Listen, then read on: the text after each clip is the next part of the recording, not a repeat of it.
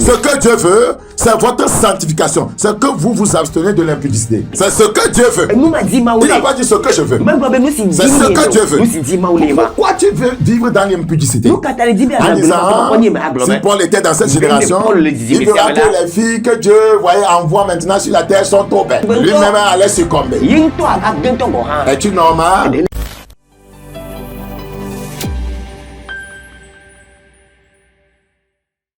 Alors, quels sont ces écrits de Paul qui dérangent les gens? C'est parce que ça te dérange. Quels sont ces écrits de Paul qui dérangent les gens de telle sorte que plusieurs hommes de Dieu n'aiment pas s'aventurer là?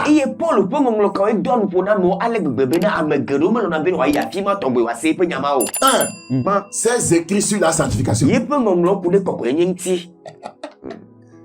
Les écrits de Paul sur la sanctification dérangent plusieurs théologiens, dérangent plusieurs soi-disant hommes de Dieu, parce qu'ils vivent dans la souillure, ils vivent dans le péché, ils vivent dans l'immoralité, ils vivent dans l'escroquerie.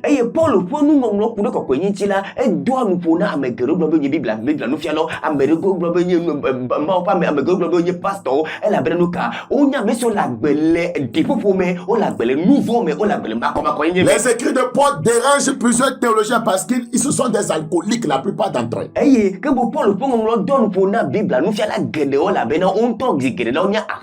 a des gens juste qui ont appris la Bible de façon littéraire et ils l'enseignent littéralement. Ils n'ont aucune expérience avec le Seigneur. Pas d'espérance de salut, pas d'espérance de justification, pas d'espérance de la sanctification, pas d'espérance de la vie chrétienne envoyée pratique. Vous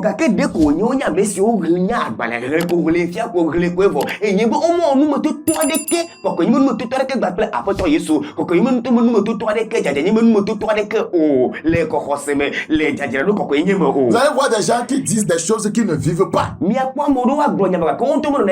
n'ont pas la puissance de vivre cela. On enseigne bien, on fait ressortir,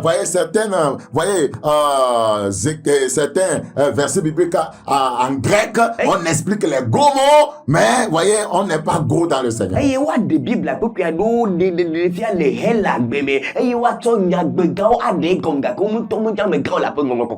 1 Thessaloniciens 5:23. La sanctification. Ça dérange. Et les gens vont dire que non, Paul a exagéré. Que le Dieu de paix, 1 Thessaloniciens 5:23, que le Dieu de paix vous sanctifie lui-même tout entier. Tout entier là, ça dérange les gens.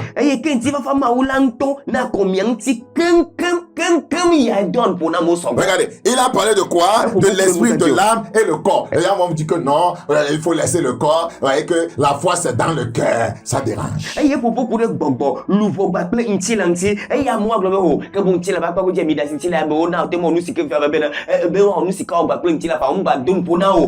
que tout votre être, l'esprit, l'âme et le corps soient conservés irrépréhensibles lors de l'avènement de notre Seigneur Jésus-Christ.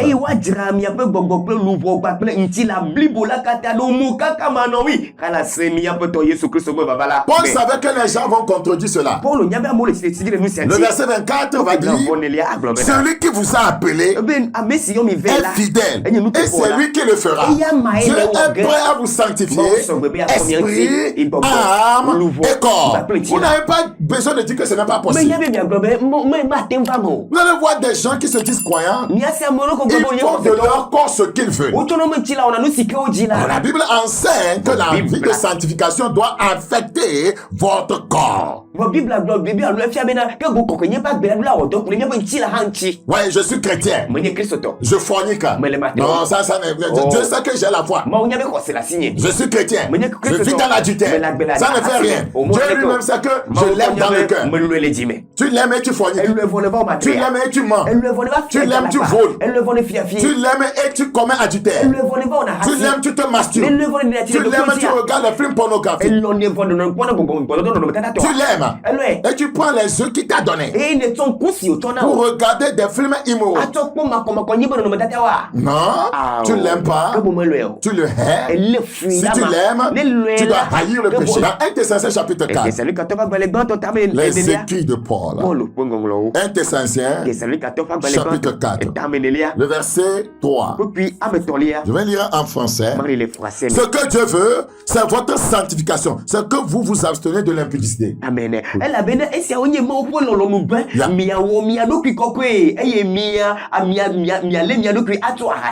C'est ce que Dieu veut. Il n'a pas dit ce que je veux.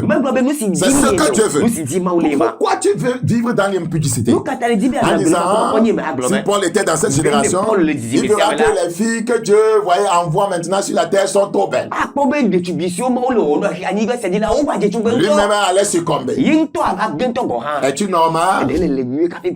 La Bible dit, c'est que chacun de vous sache posséder son corps. Les gens n'aiment pas ça. Posséder son corps dans la sainteté et l'honnêteté.